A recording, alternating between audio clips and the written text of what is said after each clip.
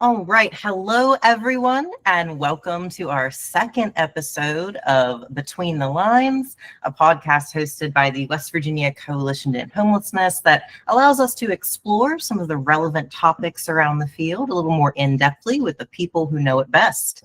And today, I have the absolute joy and privilege of introducing one of the most illustrious teams operating within the coalition. This is the esteemed pit crew. So if you all would, please go around and introduce yourselves to the people. I can start. I'm Matt Hedrick. I'm the Director of Data Management for the West Virginia Coalition to End Homelessness and the West Virginia Balance of State. My name is Joshua Kearns. I'm an HMIS specialist here at the West Virginia Coalition to End Homelessness. And my name is Megan Deskins, and I'm also an HMIS specialist for West Virginia Coalition to End Homelessness. Last but not least, I am Stephanie Leap. I am also an HMIS specialist with the West Virginia Coalition to End Homelessness. Thank you guys so much for being here today. I appreciate you all. So for those of our listeners who may be working in the sector of housing, you probably know these folks. You probably worked with them on some HMIS assistance, but what you might not know is their esteemed title as official pit crew. So guys, what am I talking about? What is the PIT? Why are we here today? Well, the PIT, or the point in time count, is a nationwide count of people experiencing homelessness, and it's annually held on a single night in the last 10 days in January every year. So what really happens is communities go out and they count both folks staying in shelters and then people who are also unsheltered, living on the street or in a place not meant for habitation. And so it kind of gives us a snapshot of what homelessness is like at one exact point in time, hence the name.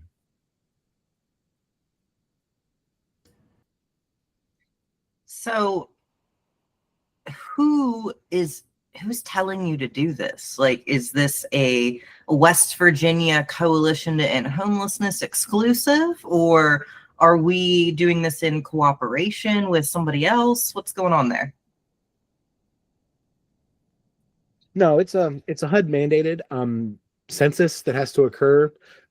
So every COC across the country during this last 10 days in January sets a date to do a point in time count or do this census. Okay. And you all, as the HMIS team, how did you all kind of come to be the overseers of the pit? Just lucky, I guess. No, I'll leave that one up to Matt. Matt has been doing this for so long. We appreciate him. His guidance and everything for the PIT is fantastic on a data standards level. He's just, how many years have you been doing this? Like 16 plus, Matt? Thereabouts, yeah. Yeah, Matt's the seer of all seers. So he's been doing this for 16 years. And from my knowing, HMIS crew, we've been running it for 16 years, yeah? Or we've had a spot in it for that long. I mean, it's kind of been exclusively us for coming up on 10 years, maybe something like that. So it's been a long process. Oh, wow. I mean, long process, though, means a lot of times to figure out what's working, what's not working. I'm sure there have been some tweaks made along the way. But before we dive into that, I know, Matt, that you had mentioned that this operates largely as kind of a census. You could think of it in that terms. And, you mentioned that it's done in cooperation with a national effort. But I guess the question that some people might be asking is why? Why collect this data? Why collect it when we do? Would anyone like to kind of speak to that? Yeah, I can kind of jump in and then have them, follow me. But it's, on top of the fact that it's a federal requirement that, as Matt said, HUD requires that we do it, but it also helps figure out where resources should be allocated. It gives us an idea of what populations, what areas and populations are, have an increase in homelessness. So that's a big thing. Yeah, we're data nerds, right? So we love measuring trends. We want to see a trend over a period of time. We're identifying like different demographics within, people who are experiencing homelessness. This also, as Megan says, it kind of justifies where we're allocating funds and which regions need it the most. It also helps identify like blind spots that exist too. And so far as like finding places or counties that maybe aren't represented, whether that means we're having a hard time finding agencies that are willing to participate in the PIT count, or just, regions that could use a little bit more love, or partnering with organizations that might be stepping up in those areas to want to help out more with, people experiencing homelessness, and this is their first taste is the PIT count. And it also brings awareness in general to homelessness in West Virginia. Throughout the year, we'll get emails of, hey, can I get something that shows what homelessness in West Virginia looks like? And we'll direct them to the point in time count because it's so well known, and just a snapshot of what homelessness does look like. It's, there's obviously other resources that we use as well, but the point in time count does give a nice idea, and communities seem to really like it. And to follow up on Stephanie's data nerd sentiment, it's one piece of kind of a larger reporting picture that we do throughout the year. So the point in time count kind of allows us to see what things look like on one night. But we also do a longitudinal system analysis that allows us to see things across the entire year. And then other reporting that we do kind of allows us to kind of see a full picture of what homelessness looks like in the state of West Virginia at any given time.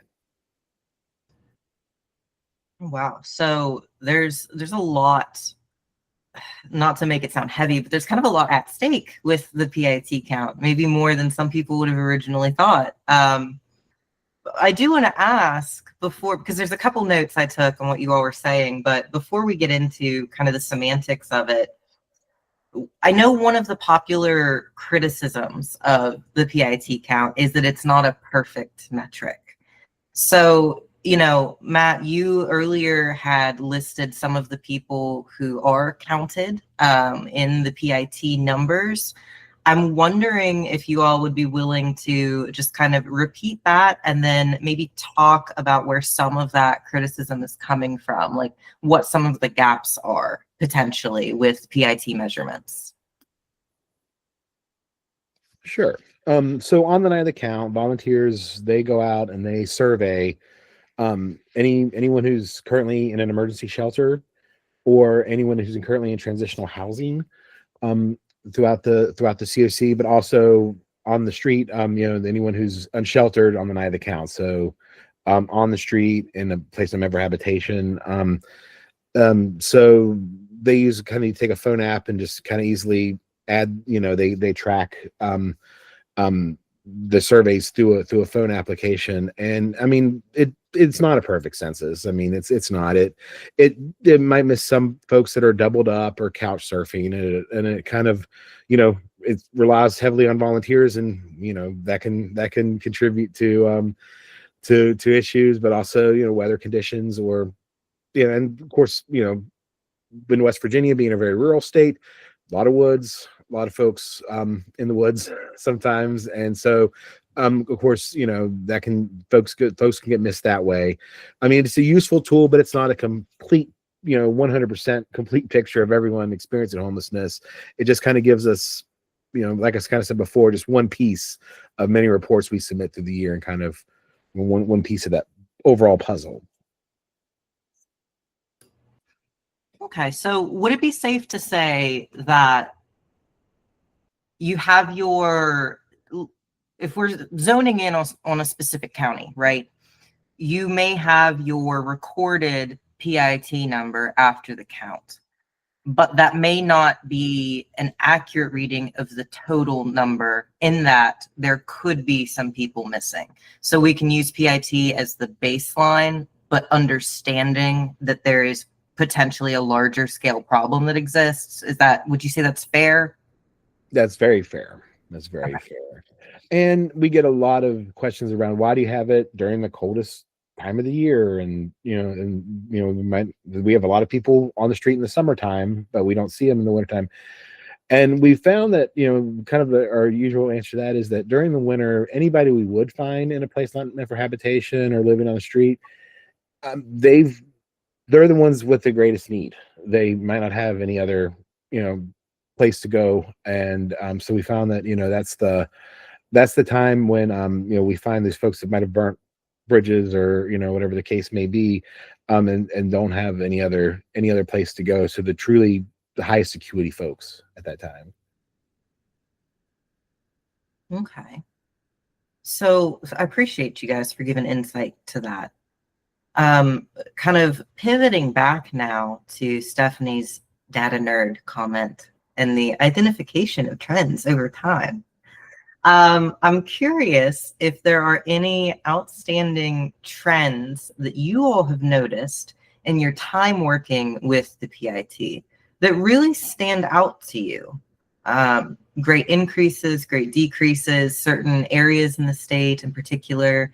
I'm just curious in terms of those trends, if anything kind of pops immediately to your mind when that gets brought up.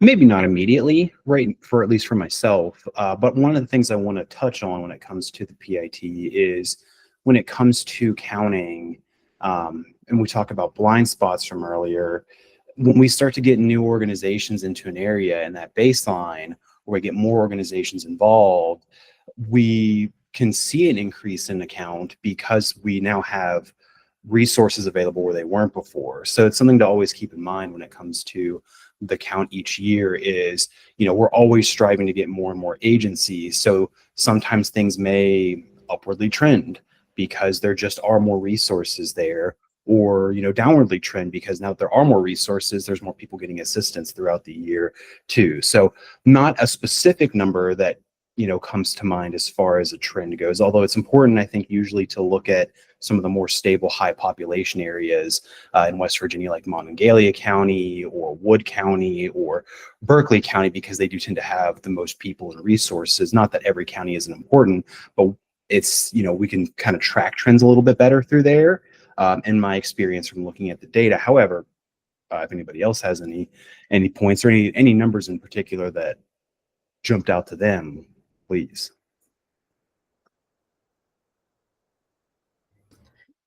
Well, while And giving, Good. oh, sorry. Oh, I no was worries. going to say, well, while giving you guys the opportunity to kind of think about that, Josh, to your point of resource allocation, I'm wondering, and you may not know the answer to this, and that's totally fine.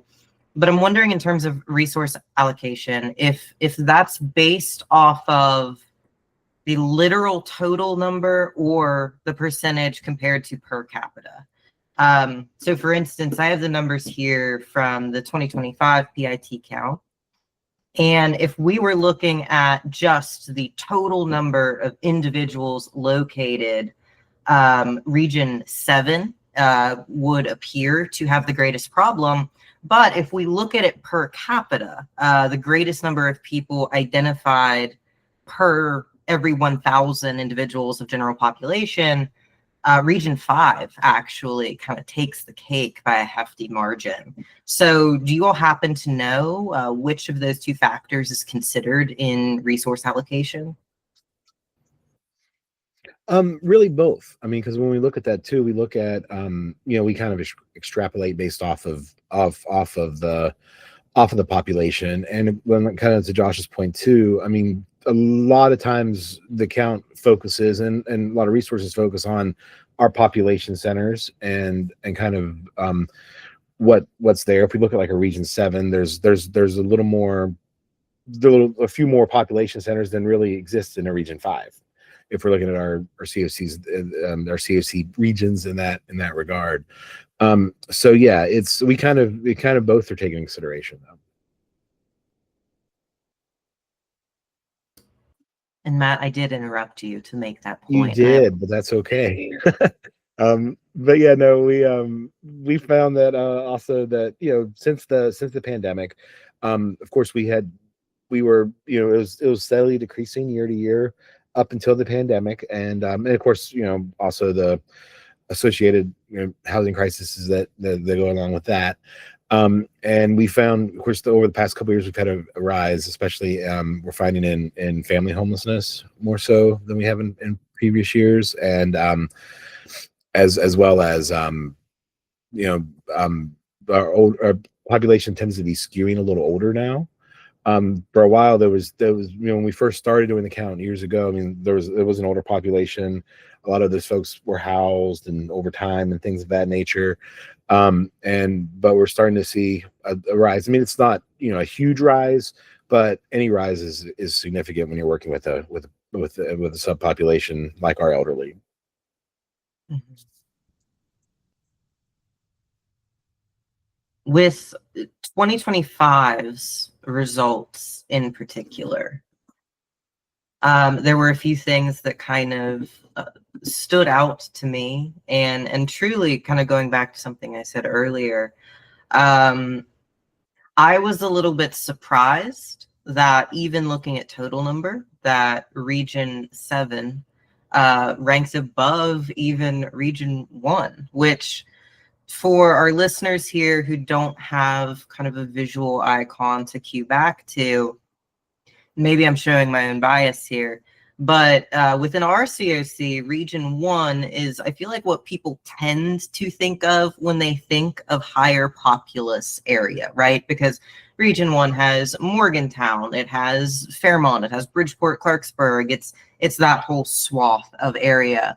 And typically, people think about that as, within our COC, kind of the largest need area. But when we look at the actual numbers, as I said, Region 7, which geographically is one of, if not the smallest region, containing only 3 counties actually, really took the lead by a landslide. And I'm just wondering, and for our listeners at home, were the numbers in 2025 something that you guys expected? Was that fairly on par with trends? Was there anything that stuck out as being non-traditional for the linear progression of what we had been seeing? Well, I do believe in 25 we had a more, like kind of to Josh's point before too, we had a more robust count in Region 7. So where we might not have had resources allocated, I'm not count resources allocated to Region 7 in years past, it kind of modifies the number of people surveyed that way, and which I mean is great when looking at a more accurate count, but also gives us pause because we see a larger need there. Yeah, very robust count, and a lot of good work went into Region 7 and getting volunteers there, and the organizations that really stepped up and are stepping up this year for it. I think it's also interesting to look at in that region as well, is that sits along the the DMV area, DC, Maryland, Virginia. So I have family up and close to that region as well, and a lot of people kind of are in and out of there. So it was definitely a surprise, but I think it's a lot of big work and a lot of love went into that region to make sure that we had a strong count. Josh, are you suggesting that if you want your region accurately represented in the PIT count, you might have to volunteer and show some love to the PIT count? Yeah, I mean, we're always seeking volunteers. The more volunteers, the better, that we can get for the PIT count, that to work and to count anybody that goes through. In fact, we have registration portals currently open for this 2026 PIT count right now. And on top of that, we're still seeking, as of this recording, some team leads and county captains, although depending on when it goes live, may be a little outdated. I don't have the list in front of me as of this point, but yeah, please volunteer. Please represent, your county, your regions, your areas, because, we want to get this data as collected and as thoroughly counted as possible. We want to show the hard work that these organizations are putting into their regions to assist people out that are experiencing homelessness, but B, show the need, because the PIT count, as much as it is trying to figure out what's going on in an area, it's also a way for you maybe to show your own success as an organization. We're putting in hard work decreasing these numbers, and we can see the work being put in, or hey, we're putting in the hard work, it's slowing down, but we need more help. Let's get this going. And the PIT count is one of many ways to show up and show out for your area, for your hometown, for your county, things like that. And yeah, if you don't want to serve it, there's also other ways to get involved as well. I will say, just to reiterate what Josh said, more volunteers on the ground means more coverage of the big regions and big counties that we can cover. And it's not like we have a lot of what we call team leads or county captains last year who are experienced in this. And it's not, if like somebody new's coming in, they're like, oh, I want to volunteer. Don't hesitate to volunteer, because there's going to be people who have had this experience. And it's not just like, oh, 1 year. I mean, I think I'm going to say Dawn Weary, who is Region 5. It's just my hometown, so I know it very well. This will be her third, maybe fourth year doing this as a team lead. Like, there is a lot of people who have experience, and if you're scared or if you're like, I don't know, you always have that tenured person that you can rely on too. Yeah, and I know that it had been mentioned that there are other ways that people could help out and assist with PIT that doesn't directly translate to going out and surveying, because there are some people who maybe just simply don't have the ability to do that. So for someone who may be interested in assisting with the overall effort, but doesn't have the ability or the time to actually commit to surveying during the count, what would that look like for those people? Well, I'll speak up real quick. I did outreach for a while. So I've done a lot of PITs, been on the ground. And the one thing I loved was when people like donated, gloves, hand warmers, sometimes bottles of water. I know there was one volunteer who couldn't go out and count, but she stayed back so that the volunteers would have somewhere to go, to have warm coffee, come and take a break, whatever it might be. So donations also are a huge asset to the people that are in a lot of need, especially in the cold weather. Another thing is spreading awareness, sharing, when you see the PIT post on social media, sharing that in your communities. So just really talking to other people about the point in time count and trying to get others involved, maybe where, we have one former team lead that wasn't able to be a team lead this year, and he's still been going out and trying to find a team lead. So he's still spreading awareness about the point in time count and really working with others to get them involved, because he's still passionate about it. So I think still talking about sharing it, getting others to volunteer when maybe that's not something that you're able to do.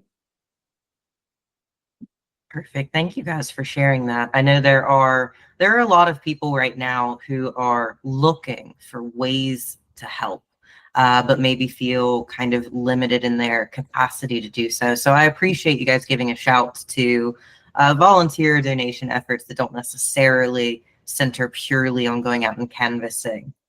I do want to kind of look ahead before we wrap up and close this little expose on the PIT. This is purely speculatory, okay? Now, this can either be based on actual trends, personal experience, or you can just give me your gut feeling. But please do indicate which one of those you're referring to so that our listeners know whether it's fact or speculation.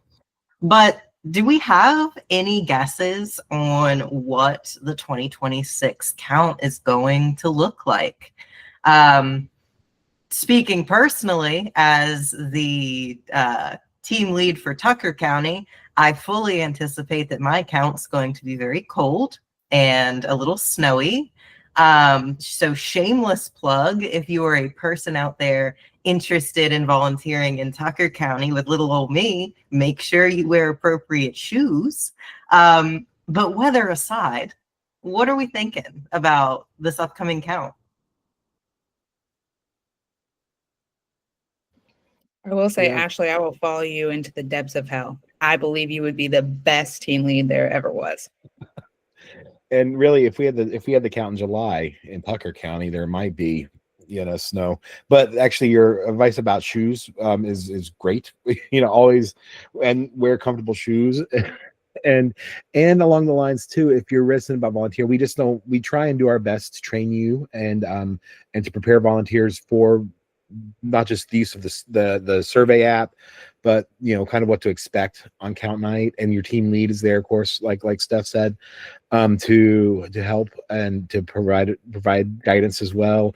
And of course, we train, if you're interested in being a team lead, we provide training and office hours for that. So it's not just we don't just kind of throw you out there and say, here, go count. But yeah, I mean, this year, yeah, it's shaping up to be a cold winter, so it might be a cold, a cold. I don't mean to sound like him back in the day kind of guy, but I remember some counts where it's just, it's been brutal cold, and so but it's shaping up to be a cold winter, so it might be cold. I mean, I'm foreseeing, just with the ongoing housing shortages and high rents and those economic pressures that we're all feeling, I'd say that the numbers will probably again continue to be up this year, unfortunately. But yeah, it's kind of a I anticipate a great count, I guess. I'm going to piggyback off that because I anticipate a really great count. We, as the HMS team, we have really gotten a running start on all the cool things that we're doing. We have team lead office hours, I think this Wednesday or Thursday. So I'm excited. I think it definitely will be cold. Funny story, I'll tell you, as somebody who did PIT on the ground. We were in a car. It was me, Jay, and I think Kelly at the time. And went down this hill, and it had been snowing. It was cold. It was frozen, and we couldn't get back up the hill. So Kelly and I got out and pushed up the car up the hill, while Jay it was just she just flooring it, trying to get out of there. It was a fun time. I really enjoyed it. We had a good laugh after that, and then we went and got candy because why not? But I also expect that the count, I think we'll see a little bit higher numbers also with that. The housing, fair market rent is kind of a little bit higher than it has been in the past few years, my opinion. So I feel like we're going to really run into a high census this year. And I'm going to, not a census, an informed estimate. That's what I'm going to say. there you go. Love that self-correction, Stephanie. You're more diplomatic than I am. So overall, you think it'll be an increased count with the potential for some winter sports along the way. Josh or Megan, do you guys have any speculations for this year? I think honestly, I would just echo what the team said. Hopefully, we have a lot of volunteers, and I think that would help get some areas covered that, in the past. I'm in Region 8, so I'm down here in the southern part of the state, and it was cool last year seeing where there were so many volunteers. There was a lot more coverage. So, and Matt shared a link to the previous counts to kind of look at all that data. So hopefully we can attach those links to the podcast. Yeah, I'll put that in the description. Thank you, Matt. And yeah, I mean, as far as things I'm looking forward to, I'm interested to see, trends. Looking at some of the data that's here and exists. 2024, Raleigh County had an explosive count, 100 and over 150 people, and then last year it was down to 43, which is kind of on trend with what it was before. So it's going to be interesting to see some of these counts, to see ones that have been large, if that's still the case, if those numbers are going to trend downward again. Some counties are back trending downward from last year. Marion County was at 103 in 2024 was the count, and 2025 was at 69. So seeing where these numbers end up, what those things look like, how steadily things are dropping, and just seeing the volunteer effort. Ashley, you're a great example of this. We've had people, your hard work last year for counting Tucker County, is so appreciated. Getting more volunteers out there, seeing what new blood does for these counts. That's what I'm looking forward to most of all. And so I'll post the data that Matt shared in the description across the board, whether you are listening to this on YouTube or any of the other streaming exclusive softwares. I'm also going to share the volunteer registration portal. So really quick, I'm wondering if one of you all would be willing to speak to, if we have someone out there who listens to this podcast and they feel compelled to help their community and volunteer in the PIT count. Once they click on the volunteer portal and get registered, what are the next steps for them?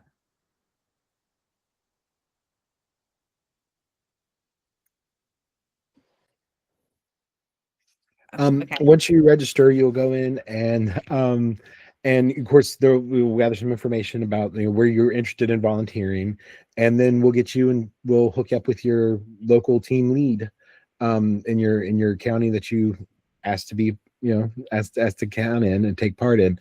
So yeah, and then And they'll don't worry walk you through the process in your community and stuff.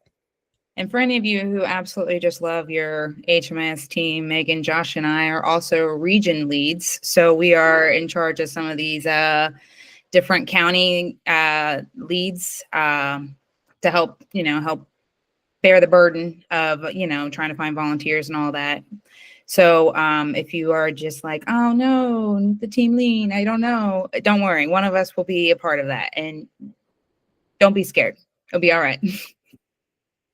Don't be scared should be the slogan of the PIT. We'll put it on t-shirts and give it to the volunteers. It'll be great. Well, thank you guys so much for coming on and having this discussion with me today. I really appreciate it. Do we know the night of PIT? Are we going to be doing any type of live updates that people could follow, or have we gotten to that yet? Yeah, we always share some on social media, just a couple of surveys coming in, a brief overview of, where they're coming from. So I try to update it periodically. I know last year, Ashley, you also did an awesome job of sharing stories of the volunteers. So that was really cool to see as well. But from the data side, we'll have a little bit of snapshots showing you what's coming in. Oh, and that will be on the Facebook page of WVCH Facebook page. Perfect. Thank you. So even if you are not able to volunteer, but you want to see kind of what's being done and what information is being gathered during the PIT, you can check out our Facebook page where you will see the HMIS team's beautiful data representations. You will likely also see my silly volunteer submitted pictures on the story. So look out for those and submit them if you want featured. But other than that, any final plugs before we part ways today? Yeah, the pit count is January 28th into the 29th. So please mark your calendars down. If you're planning to volunteer, if you're planning to assist the volunteers, those are the dates for the pit count. Yeah, and if you have any questions, please reach out. We're always available. You can go to the PIT@wvch.org. I'm sure we can put that in the description down below. So if you guys have any questions or anything, please reach out. We love to have a chat, whatever, answer any questions that you guys might have.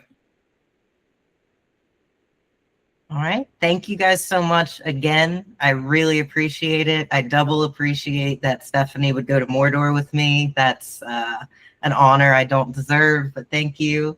And with that, we will see you all next time. Thank you for listening. Thank you.